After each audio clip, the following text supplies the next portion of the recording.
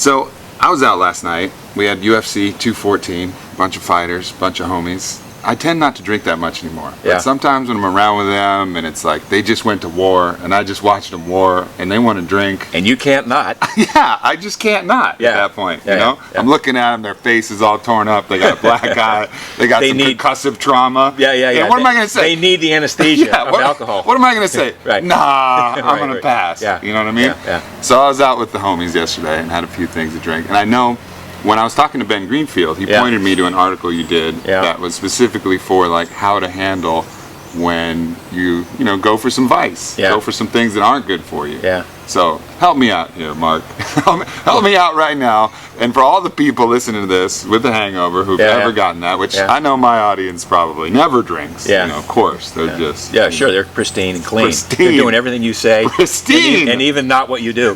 Exactly. Yeah. Exactly. So what are the tips? What do you do? What do you do when you wake up? What do you do before you go to bed? And then what do you do when you wake up? Well, I mean, first of all, what do you do? What do I do? I don't drink that much, so now we're just talking theoreticals, right? But hydration is still the key element, and I would almost suggest people stay up a little bit later, and not go to sleep until they've had maybe an hour and a half or 2.5 hours of just hydration. Yeah. So that's a technique I would use at a party. Because every once in a while I do have more than I should, right? So my max is typically 2 glasses of wine. But if I'm going to a party, I can have 4 or 5 over a course of an evening, from 6 o'clock to 10:30 or 11.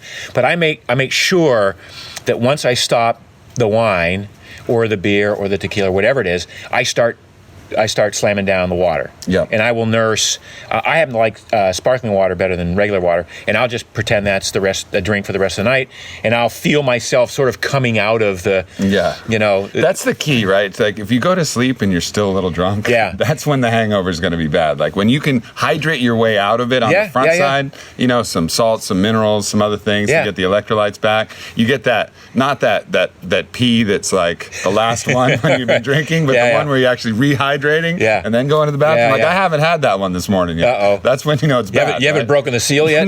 No, the morning seal that says oh, my body actually has enough liquid now. To get it. No, I mean it's So one thing that happens when you do drink to excess is typically you'll fall asleep beautifully, right? Yeah. But then you wake up. Then you wake up. Glutamate rebound is man, it's the worst, and that's the thing that caused me to stop drinking even 2 glasses of wine most nights. So now I didn't even bring it back to 1 glass of wine a night. I brought it back to 0 or 2. Because if I have one, I'm going to want to maybe have another, And if I have one, I've already ruined the no alcohol night. Yeah. You know what I'm saying? Yeah. So, but that's the thing, is that when you fall asleep easily, and that's why a lot of people have wine when they go to, as a end of the day edge, take the edge off, whatever. But then you wake up at 2, 3, 4 o'clock in the morning, and you're awake for a while, because in Chinese medicine they say that's when the liver is doing the processing of the alcohol finally. And you can't go back to sleep, and then you do go back to sleep, and then by the time you wake up, you're out of a sleep cycle. Yep. And now it's like, where am I? And it's this whole shit show. So it's the hydration is key. Look, I mean, if I were to have a hangover, I'm sure I'd have a cup of coffee. I'm sure I'd want to.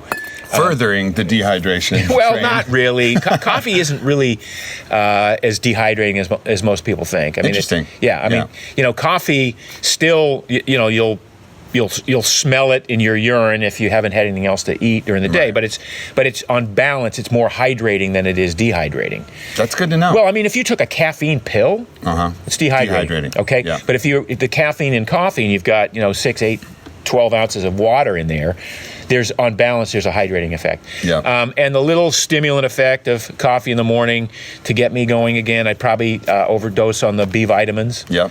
As a way of, accessing the energy pathways in the brain. Now, do you do any kind of IV vitamin therapy ever? I mean, is that part of your protocol? No. That's too new school for you. Well, it's too hack. Yeah. For me, I like to think that I entered this realm of human performance with an idea of getting the most amount of benefit with the least amount of pain, suffering, and sacrifice.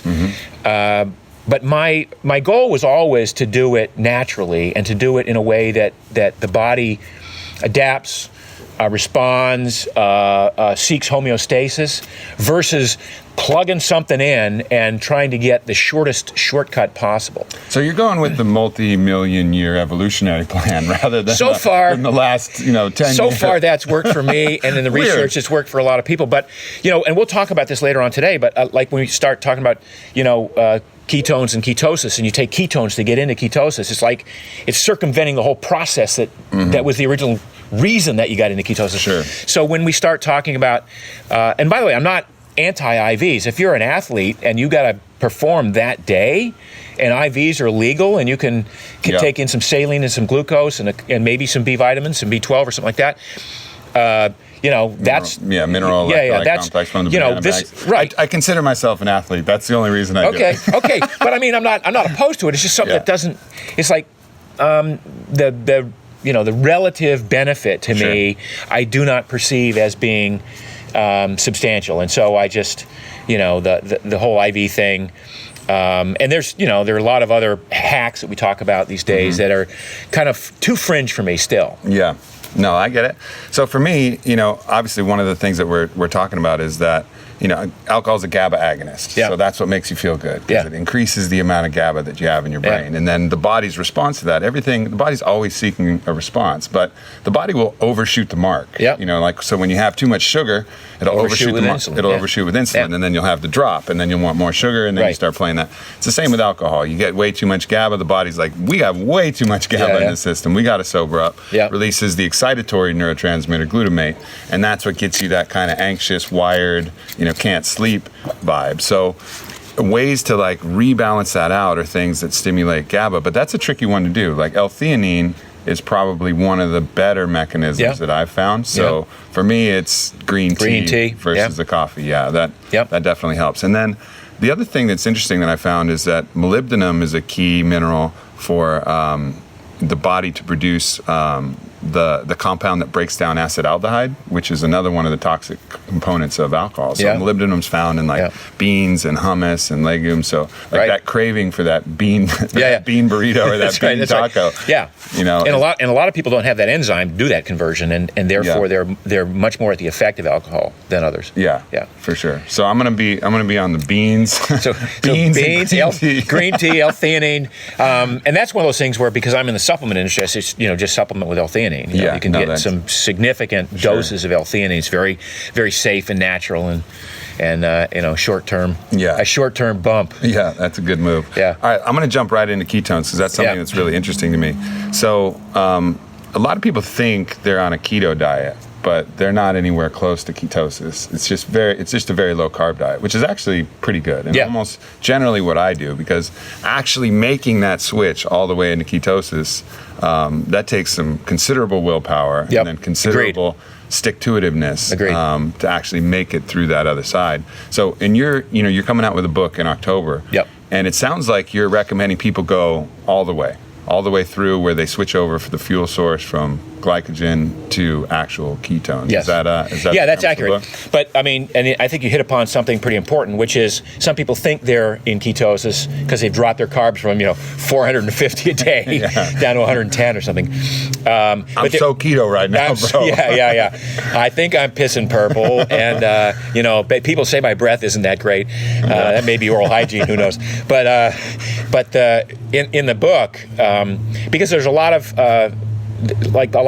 people who are proponents of keto would say, got to go all in, man, whole hog. You got to drop it down to 0 to 20 grams of carbs for 2 weeks, and that's how you get there. And we see people who have the willpower to do that, and then they're showing 5 and 6 millimolar ketones if they do the blood test, or they've got a huge purple strip if they're pissing. But one of the things that happens with that quick ketosis, which is fine, but you haven't yet really established that you're good at burning fat. And so a lot of people who are sugar burners, the carb-centric people who do a 3-day fast, or who go down to the ashram and don't eat anything for a couple of days, and they get deep into ketosis because they're depleting their glycogen, particularly their liver glycogen. they're creating all these ketones because that's the purpose. Yeah. But the body hasn't built the metabolic machinery to burn the ketones effectively yet. Yeah. So they spill them out in the urine, they spill them out in the blood, they spill them out in the breath. Is that what you would call being fat adapted? So you want to get fat adapted to really benefit from ketosis. And so what we do in the book is we talk you through a 21-day stair-step program to get low carb first, to become good at burning fat before you go deep into ketosis.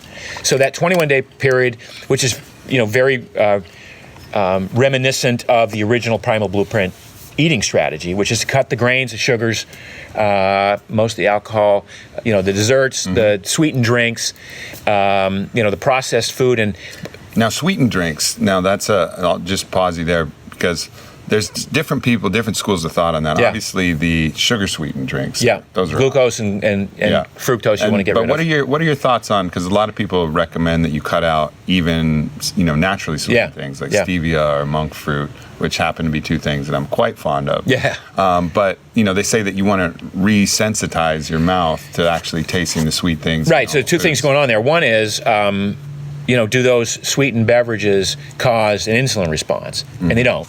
So the monk fruit and the stevia. But what they do is they promote this sensitivity to sweetness, which you still crave. Your brain is hardwired to want sweet things. That's again another 100 million years of evolution that we're not going to erase just because we decide not to eat sweets. It's there. It's wired. It's good to go. It's why some people really crave sweets. It's why some people can tone it down a little bit, but also it's always there. So, to the extent that you get rid of the actual sugars, the fructose and the glucose and all the derivations thereof of natural sugars, that's great. That lowers insulin, that reduces your carb load, that sets you up to get into ketosis. But if you're drinking sweetened beverages and as a result you have this ongoing fight with yourself, like, okay, I had some sweet stuff and now, because one of the studies on these looks at what happens to the brain when you take in sweet artificial sweeteners that have 0 calorie, the brain goes basically, I think I just got some calories because it tastes like it, but I didn't, so I'm going to seek out those calories as a replacement. So people tend to overeat carbs when they're taking in 0 calorie sweeteners. So let me pause for 1 second, because there's one thing that you can hammer is to not have sugar sweetened beverages, because you talk about the fastest way to get an insulin. Blood sugar and insulin. Well, that's how they do it in the medical setting. Exactly. There's no fiber. There's no fat. There's nothing. It's an just oral glucose tolerance test every single day. Every time you have a bottle of Coca-Cola. So and I tell people that's like the number one thing you can do if you want to alter your diet in a way that's going to trend toward a healthier outcome. The first. Like if you said one thing you could do is get rid of we're in this really weird time. People are still drinking like liters of cola. I know. It's like a strange world. And they know better. You have to know that they know better. But then I was in this small town outside of Nashville, and I'm cruising through, and absolutely everything is just shit in the grocery store. Like nothing. And I'm going to get some supplies. I go to the counter. I was like, "Hey, do you guys have any almond butter?" And they look at me like, "What's that? Almond butter?" We got Jif. They didn't even understand it. I know. Like it didn't even comprehend, right? And then you look, and everything's shiny packaging and corn syrup and the whole nonsense. It's all center of the store, but it's the entire store. And I don't know if they know. Like, I don't know. There's some people who still, because of the shit nutritional guidelines and the misinformation that's been out there and the food lobby, or whatever. I don't know. I'm not here to. Well, the advertising budget of some of the cola companies too. Totally. But for whatever reason, it's like people don't. I don't think they fully get it. How bad it is. Well, I'd like to think that people know enough that by now, at least the majority of people know that by cutting out sugar, they're going to do themselves a favor. Except for those people who think that they need to cut out fat. Oh, I know, that's too. That where it's like, I'll have my soda, but I got this low fat yogurt. That'll make up for it. That'll make up for it, right? So I have my Coke and my non-fat with another 35 grams and some little of sugar. Some Little Debbie donuts at 100 calories each or whatever. No, it's pretty crazy. Back to the ketone thing and for instance, I have a cup of coffee every morning, and when I went and I did a 2-month ketosis dive personally for the book. I started using xylitol as a sweetener in my coffee. Chris Kresser said it was fine, so I'm going to do it. Right? Yeah. Because I was really trying to be very, very strict on how much sugar I took in.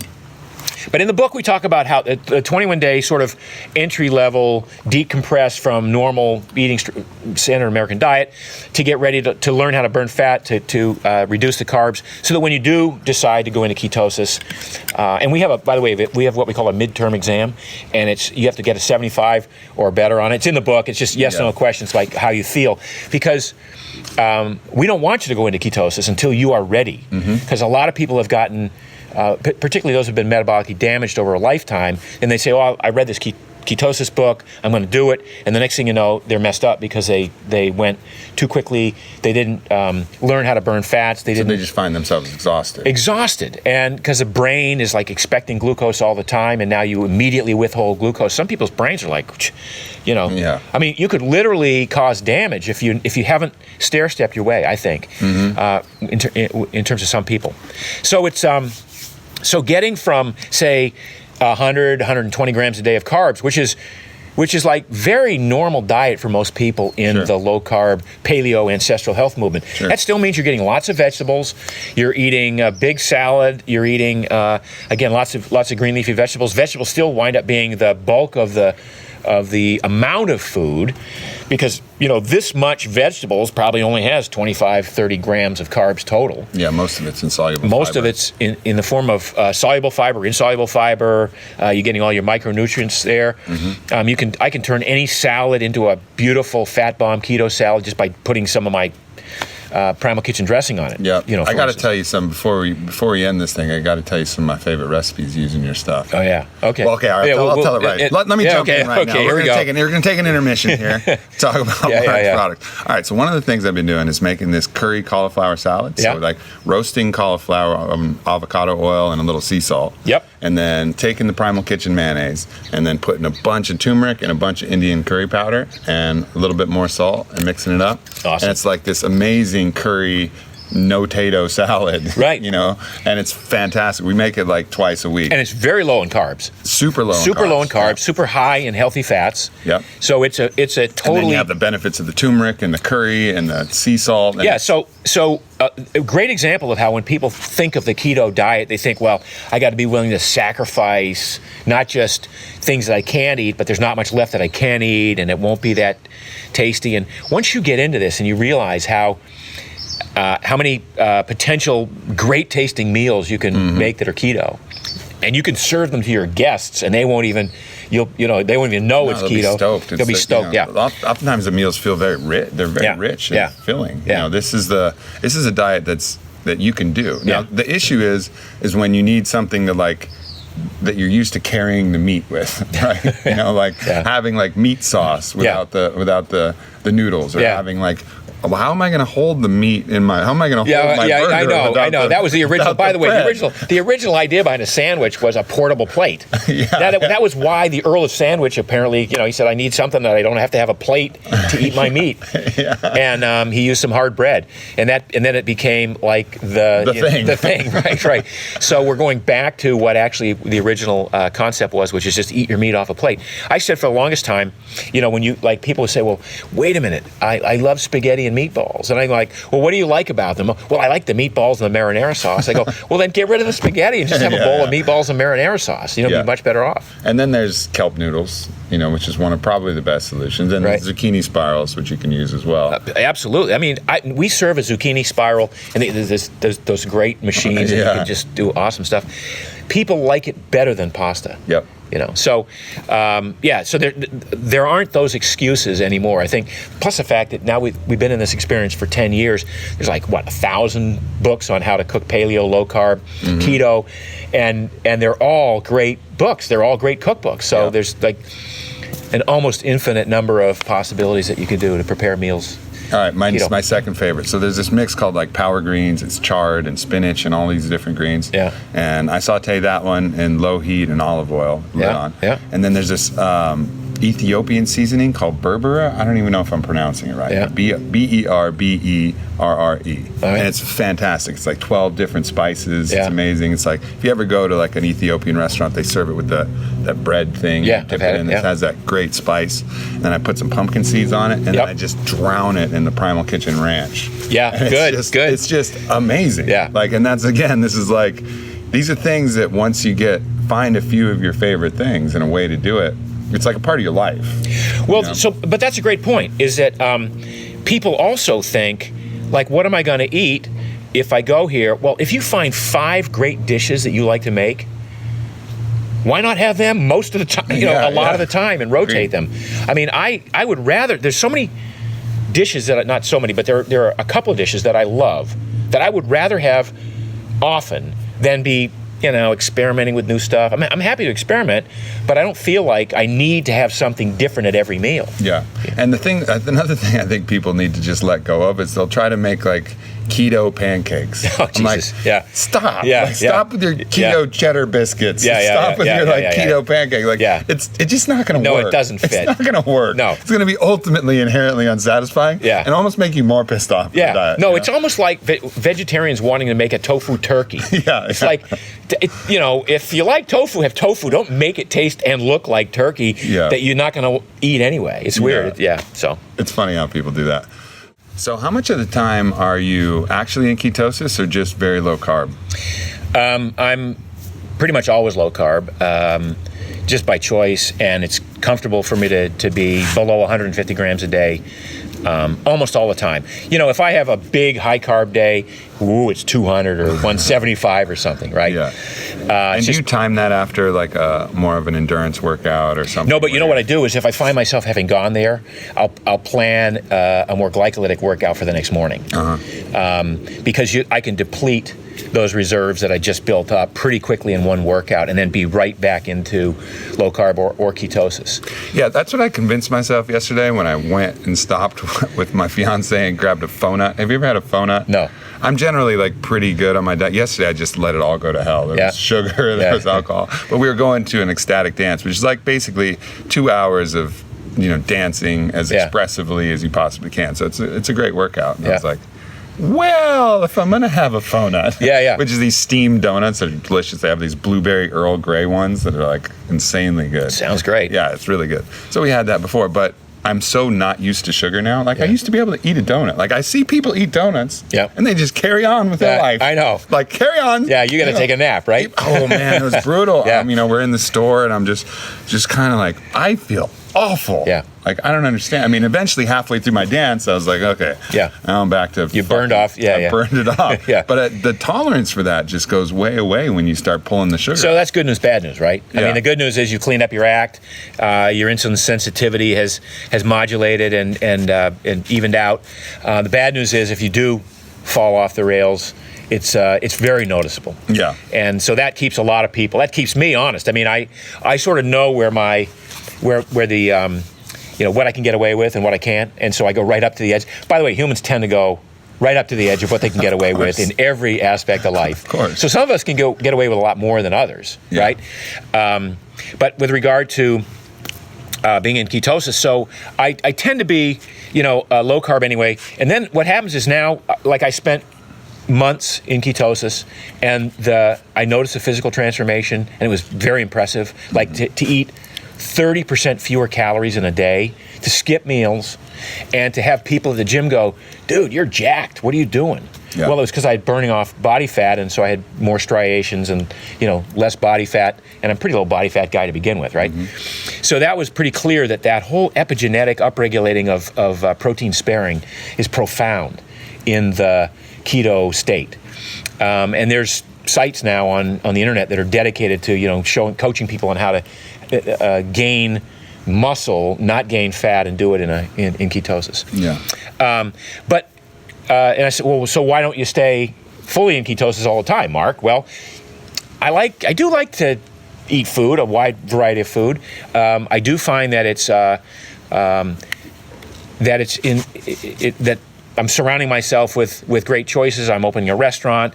I just went to Greece for 2 weeks. I wasn't not going to eat baklava there, right? So, but because I've And for me, the whole point of this keto experiment and this keto thing and why we call it the keto reset diet is improving metabolic flexibility.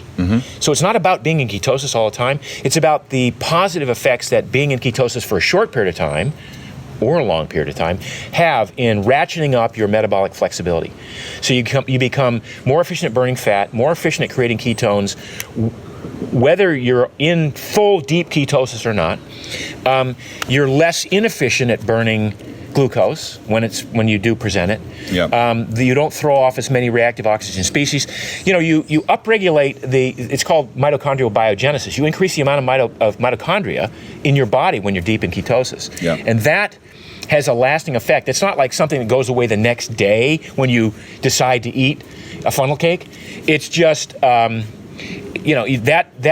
ratcheting up of your metabolism and metabolic flexibility stays as long as you don't really mess up for 3 weeks in a row. Yeah. But the body doesn't want to make any shifts it doesn't have to make. So if you force it through 2 weeks of deep ketosis, it goes, all right, we get it. No more glucose for a while. We're going to upregulate our fat-burning enzymes. We're going to make more ketones. We're going to build the metabolic machinery to burn the ketones. The brain's going to become more adept at using these ketones and seeking them out, less dependent on a regular source of glucose. All that's going to be awesome. And so all these gene signaling events take place because over time, the body responds. The short-term mechanism is hormonal. The hormones go up and down. They kind of keep you in homeostasis. But over time, then the gene signaling gets like, all right, the hormonal response isn't enough to keep us in this state all the time. We need to make some long-range plans, some adaptations. Yeah. And so that's to ascribe, some sort of thought process to the genetic, to evolution. That's what's going on. And so to the extent that you can use ketosis as a tool in your arsenal to improve your metabolic flexibility, why would you not want to do that? The first time I heard of ketosis was probably 10 years ago when I was really good friends with Bodie Miller, the Olympic skier, world champion. And he would do pretty much exactly what you're talking about, a keto reset, like before keto was trendy. Yeah. And he would do that, once or twice a year, before the season. And he felt like, the way he described it, he's like, everything just tightens up. Like everything gets really efficient, everything tightens up.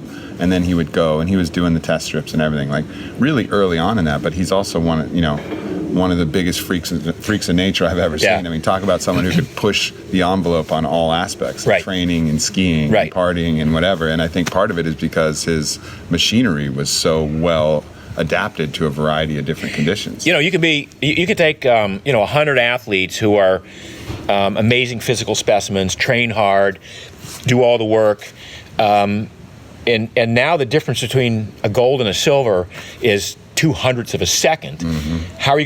Where are you going to get the gains? Well, you're going to get them in little things like diet. You're going to get them in little things like the ability to dig a little bit deeper because of the mental training that you did, or just the fortitude that you were born with. Steve Prefontaine was one of the best runners the country ever produced. He was a great physical specimen, but there were like 15 people in the world who were better pure runners than he was. But he's like, every starting line, he's like, you may be better trained than me, and you may have a higher VO2 max, but I'm willing to die in this race. Yeah. Are you willing to die? Are you willing to die? Because I'm going to take you to that point. And it was great, Then he did die at the age of 25, flip his car, which is a tragedy. But he had that, that thing, and I think Bodie probably had that same thing too. Doubt. I mean, I watched him push himself so much harder than I've ever seen anybody push himself. Yeah. Like literally the point where he's running weighted hill sprints where he's crawling in the sand, on his hands and knees just at the end, push that limit that far. Yeah. And that's and same in a sauna. You don't go in a sauna with Bodie. Like know that you're going to leave before him unless he's just doing it socially. I had friends who, in the early days of Ironman, would put their stationary bike in a sauna and ride for 2 hours in a sauna just to train for the heat of Hawaii. But the idea of using keto as again as a tool in your arsenal to improve your metabolic flexibility, to reset your metabolism over time, and I want to dispel one other kind of notion that's been circulating a lot, which is people talk about a metabolic advantage and the fact that somehow we want to develop a high metabolism to burn off a lot of calories. That's sort of antithetical to longevity and even to health. If you can become more efficient in how you use calories and get by on and maintain muscle mass and maintain energy and never get sick, and most importantly, never get hungry on fewer calories, you're going to be better off in the long run. Yeah. And yet people, like, I know a lot of people like this who go, what's the most amount of food I can eat and not gain weight? Yeah. You know, I want to be a glutton. How can I eat and fill my pie hole and not gain any weight or stop gaining weight? And it extends to athletes, and particularly endurance athletes. So I have people that I've met, it's like, they tell me they run marathons. I used to run marathons. So why do you run marathons? Kind of grueling, because I like to eat. I know you know those people, right? Of course. It's like, why are you on the treadmill 45 minutes a day? We'll have them at the gym. Like, work just getting ready for that queso. Yeah, I love to eat. All right. I mean, I got a friend at the gym right now. He was an ex-NFL football player. He's 240 pounds. Grinds it out on the bike every single day. He holds a record for the most calories burned on the bike at the gym every day, and he hasn't lost any weight. I go, dude, he says, I just like to eat, and that's why I'm doing it. I don't want to gain any more weight. Yeah. I'm, 240, 250, whatever I am now. I don't want to gain any more. And that's just wrong. Just to put yourself through that amount of grueling thing because you want to maybe have a couple more bites of something you shouldn't have in the first place. Right. So it's like, who's running the ship at that point, right? Exactly. Yeah. Like just for that mouth pleasure? For 3 minutes of gustatory pleasure. Yeah. It's just bizarre when you deconstruct it, when you break it down like that. There's also that myth too, though, that people, they went around like where you want to eat little bits all times throughout the day. Oh my God, they're grazing, because humans are grazers. Right, right. This, and then really the intelligent community has come back and said, no. Really, you want to compress your feeding window. The less you eat. I mean, and Devaney's, who's always been on the cutting edge of all this stuff, and he's not even a big fan of keto for himself, but he says, I skip meals at a time, not just one meal, but several meals at a time, because I believe in fasting, and I believe that we're the DNA, the genes expect us to not be eating with frequency. In fact, they expect the exact opposite, that we're eating with infrequency, and that it's stochastic and it's fractal on how we eat. And so, my own adoption of that style is I don't eat until 1 o'clock in the afternoon, and my last meal is at 7 o'clock at night. I have a compressed eating window. So that's pretty compressed too, because that's only about 7 hours. Yeah. Yeah, I mean, I don't even consider compressed. I'm like, I apologize. I'm not even calling that. I don't even call that intermittent fasting. I just call that, like, to me, I'd have to skip, a day of eating to call it true intermittent fasting. But most people would. I mean, usually if you compress it to 8 hours or under, it'll qualify. Or if you take, 2 days of very, very, very low, nutrient intake, under 500 calories. Calories are kind of a useless measurement, but sometimes the only thing that makes sense. Yeah. And then the other one would be to skip, a full day, full like 36 hours through both nights and whatever. And there's great data on that, especially combined with the ketogenic diet. I was reading the book, Tripping Over the Truth, The Metabolic Theory of Cancer. Have you read that? Yeah.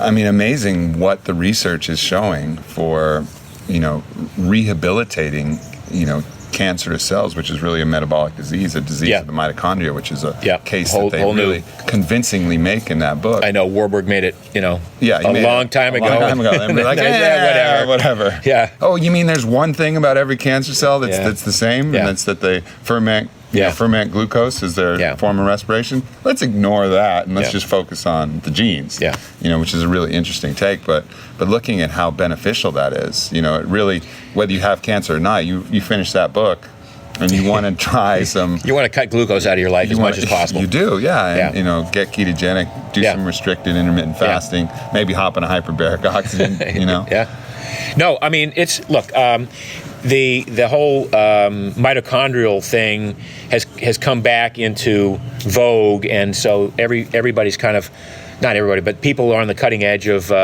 biohacking and ancestral health are looking at mitochondria as we really ought to be taking care of our mitochondria. That's like the main driver of everything in the body, and and certainly being in ketosis for some amount of time. So in the book, we basically take you into a 6-week ketosis period.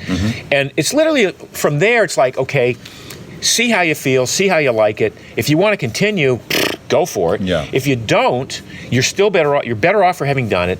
And I will spend 2 months a year minimum, 2 straight months a year in ketosis, based on what I recently, based on the work I did for the book. But that's not to say that I won't spend a week in ketosis. Sure.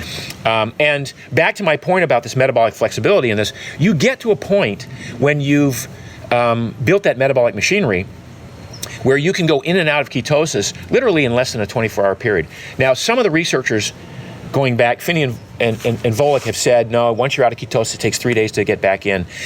My own experience, a lot of experience with other people is, you have 150 grams of carbs one night, you go to bed, you do a hard workout the next morning and you skip lunch, you're back in ketosis. You're still making ketones. But what you're not doing is you're not blowing a 4.0 millimolar. Yeah. Because what happens, and this is again the beauty of this long-term strategy, is the body adapts. And the body doesn't want to do anything it doesn't have to do. One of those things is make ketones.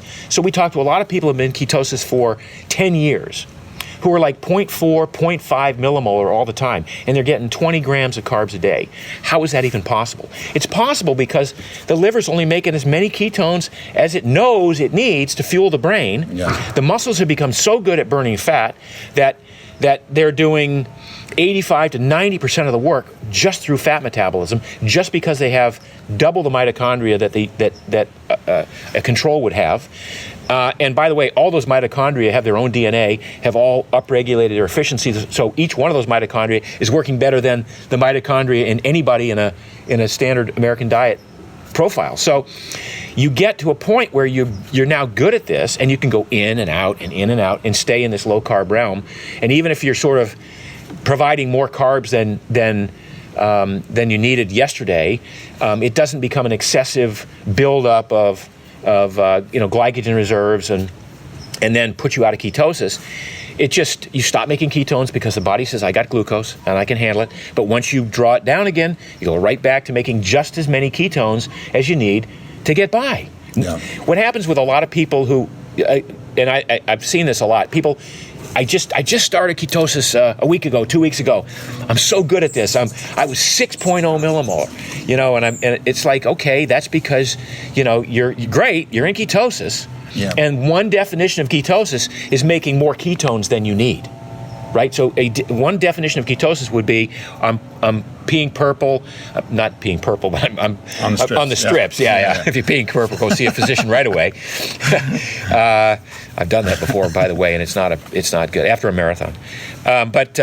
So over time, you get into that nice little state of having built the metabolic machinery, being metabolically flexible to go in and out very quickly, and the one of the major benefits is over time you find you need fewer calories to live. And again, we go back to that, well, I'd like to eat. Well, I love to eat, and I don't put anything in my mouth that doesn't taste absolutely fabulous. Yeah.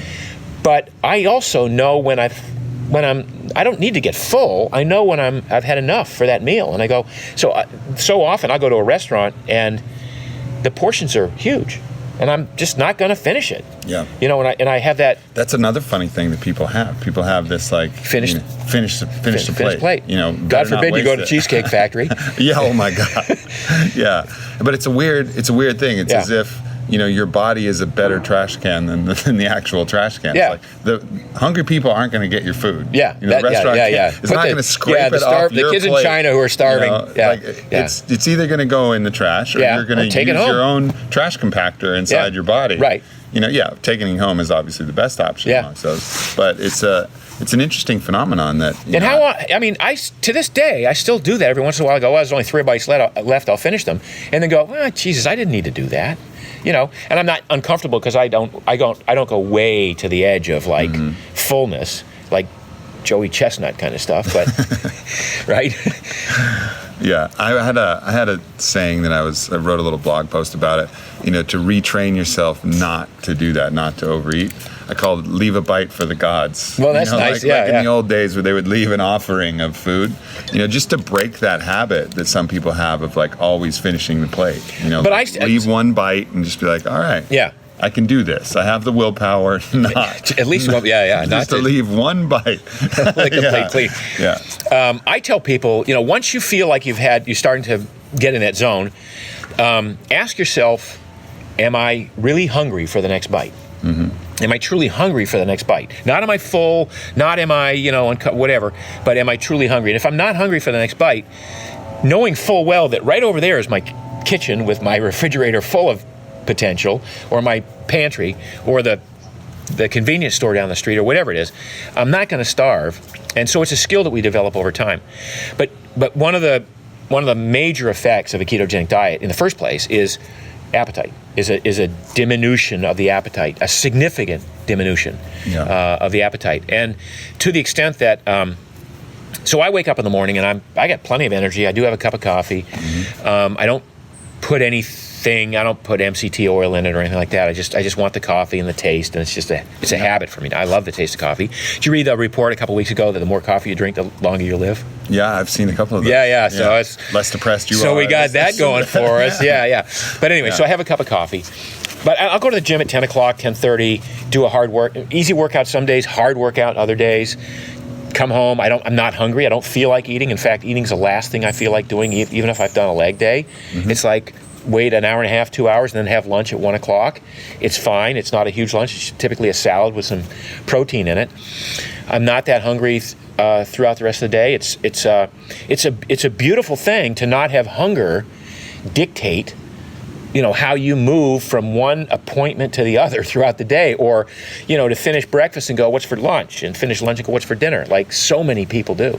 It's also important to realize like the forces that are actually driving the ship. Like we think that we're in charge, but a lot of times we're not until we actively, intentionally take charge of our mechanisms. Yeah. Like there's these subconscious and unconscious processes, the body, what the body's craving and wanting, and what, your emotions and past traumas and all of these things are really driving fears and greeds and lusts are driving these decisions. We think, oh yeah, I'm in charge of this thing. You're in charge of shit. No, you got to engage the frontal lobe. Yeah, exactly. You got to really take hold of the reins and say, all right, I am in control of this starship. And training yourself to be aware of these things that are driving you, these urges, these things, it's absolutely vital, because then you're actually charting your course. Otherwise, I liken it to like being in the school bus and having a steering wheel in the back and just going vroom, vroom, vroom, That's vroom. right. Like you're not driving the bus. No.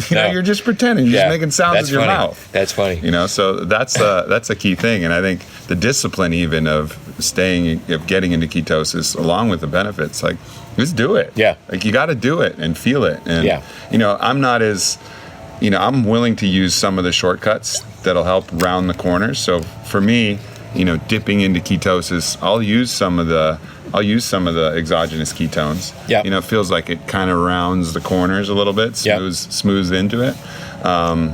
So I use the exogenous ketones, but very judiciously. Like I played 2 hours of hard ultimate frisbee yesterday in the sun, and so I do a ketone ester, ketone salt before that event, and I feel that it benefits me. I feel like I'm really good at burning fat, and the ketones give me an edge to top off, so that I can do 6 to 10 second sprints, recover partly through the fat metabolism, recycling, ATP recycling, and come back and do it again and do it all day long. And I outlast. we had 20-something show up all the time, and they're like, at the like 10 minutes into the game or 15 minutes in the game, and I'm like, I got this.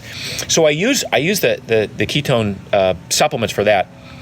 My concern, I think, is when you want to build that metabolic machinery. Mm-hmm. You want to get the point where your body wants to use ketones, wants to make ketones, because part of the issue here is you want the liver to go, okay, we're going to take some fat, we're going to allocate that to production of ketones, which will offset the need for glucose, and then we're going to take some of the other fat and intramuscular fat and use that as direct fuel for the muscles. So you've got you're building this metabolic machinery that is able to do that. If you start to introduce exogenous ketones, you inject something into a feedback loop that says, hey, we got enough ketones, we don't need to make any more. Sure. So that's the only danger I would have concern I have of starting your first foray into ketosis with, look, I'm pissing yellow. I got purple strips up the wazoo, and I got 4.0 millimolar. And also, exogenous ketones, if you aren't careful, they are great at helping you shit your pants. Oh, that is the specialty of exogenous ketones. Oh man, is the shit your pants. No, it is. I think I got a fart. Oh no! Never trust a keto. Exogenous ketone fart. That's right. That would be a T-shirt almost, right? So I wound up. We make a collagen supplement, and so I wind up buffering all my ketone supplements with the collagen. Now I'm getting a dual purpose thing. I'm getting. I like before an event. I like to give myself some of the raw material that my Achilles are going to need to repair themselves when the event's going on and afterwards. So instead of doing a whey protein isolate to build muscle, I give myself a collagen supplement to build connective tissue, because that's my real weak point. But then I put the ketone in there, I mix them up together, and I get a nice, like a buffered ketone thing, so it kind of covers a lot of ground. Yeah. And I might even put some MCT oil in there too. I like it. Yeah. I like it. Let's back out for a little bit, because you've been one of the kind of pioneers leading this charge for ancestral living. And while there's this offshoot of people who are waking up to that kind of idea, getting back to the roots of what human nature is, there's also, more pressure to live in an even different way than we ever have. I mean, looking at the millennials and looking at even, people younger, I mean, it's so far, it's almost getting farther. Scary. So what do you when you look at that, I mean, what do you see? Do you see it'll get so bad that people will be forced back into this? Or do. Is that kind of, because I think there has to be, if you look at progress through time and changes through time and shifts in momentum, and you look at paradigm shifts, and it always kind of has to go way out to one edge and then come back a little bit to center. And so in economics we talk about bubbles. You got to go way past the breaking point until it breaks, and then come back and find where you should have kind of called it a day. And I think the digital connectivity and the invasion of privacy and the lack of human touch and connection is we're kind of I think we're fooling ourselves thinking, I'm very connected because I have all these. I'm connected with 3 friends right now. Yeah. That's not how we're wired, and there'll be a rebound at some point, and it won't be some dramatic. I don't know, some robot takeover or anything like that. It'll just be at some point people go, my life is not fulfilling. Yeah. I don't feel right. And everything that I do in my realm of looking at how we can live an awesome life comes back to how do I feel? Yeah. It's not what do my numbers show. It's not, that's why I have kind of a distrust of wearable tech right now, and the information or the data that it kind of gives you. It's like, it says I did 12,000 steps today. I don't know if I did or not, but it's how do I feel? I feel good. Yeah. I feel so good, but I told myself I'd do 15,000 steps. It's 11 o'clock at night. Shit, I gotta go do 3,000 steps. So you get caught up in this, in assigning some value to some numbers that are then dictating your life rather than how do I feel? I feel awesome. This is great, Yeah. And how I feel very frequently has to do with human interaction. I feel great sitting with you here right now, Aubrey. Yeah. We've hung out likewise. Like a couple of times, but not enough, right? Right. And I feel like I want to hang out with you more, and we didn't, had you not shown up today, that, I would have been, emailing Aubrey on the, whatever. And I know Aubrey, we're connected, but not like this. Yeah. So I feel like whether it's being out, we talking a lot about forest bathing and, being out in nature, how important it is. My best couple of hours every week, don't tell my wife, are when I'm out on my paddleboard. Mm-hmm. And I'm out alone in the middle of the ocean with the water lapping my board, and I'm digging deep, and I'm in the zone paddling, and my mind is going. I'm basically meditating. Yep. And I'm getting all my best ideas, but I got the wind, I got the sun, I got the water, I got the salt water lapping over my feet. I got a sea turtle this big down here, and I got dolphins. I can't recreate that in a digital world ever. I have to be there and do that. I have to be, and that has to do with presence. It has to do with prioritizing time, because sometimes it's in the middle of a day when I've got meetings before and after. But damn it, I gotta go, right? Or these mountains behind you are full of trails. I can just go up on a trail and be gone for an hour and completely feel like I got my workout in. I got I solved 2 problems on the way. I wrote a blog post, and I communed with nature, and I saw a rattlesnake, I saw whatever. Those are the kind of experiences that young people today, particularly urban young people, are never going to have, and they are so central to the human experience. Yeah, I was reading an article with my fiance, and they were talking about these forest preschools and kindergartens and elementary schools. Where it's actually the whole school takes place in the forest. Yeah. And all the lessons revolve around community. I think there's going to have to start to be these countermeasures, these counterbalances, and the only thing that's tough is it's going to be hard to get it as a mass access, mass access to everybody. But then again, you look around, like, there's a shitload of nature. I mean, Texas isn't the most beautiful natural landscape I've ever been to, but there's a lot of land, and there's a lot of beauty in any kind of land. You know what I mean? And I think if people just make a more concerted effort and really actually, set that up, I think it's absolutely vital. Like, it has to happen. It has to happen, yeah. And the consciousness and the awareness of what the deleterious effects of this other way of living, that has to, that's starting to catch up, I think, because it's rough. Yeah. And you got to be aware of what's causing it. So my second book was called The Primal Connection. Mm-hmm. And I think 7 people read it. I sold 500,000 copies of my first book, Primal Connection, for whatever reason. And it was maybe it was a cover, I don't know.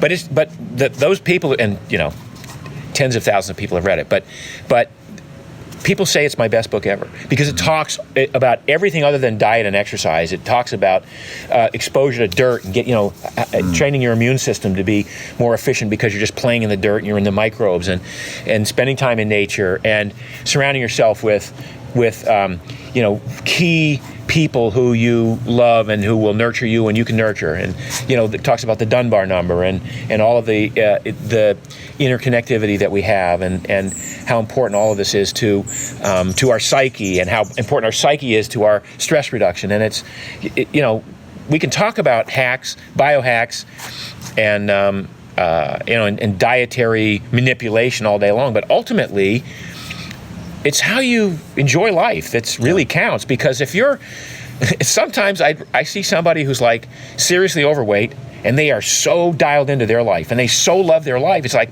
I'm not going to make any changes to you, pal. Sure. Winning. You're winning. Exactly. Yeah.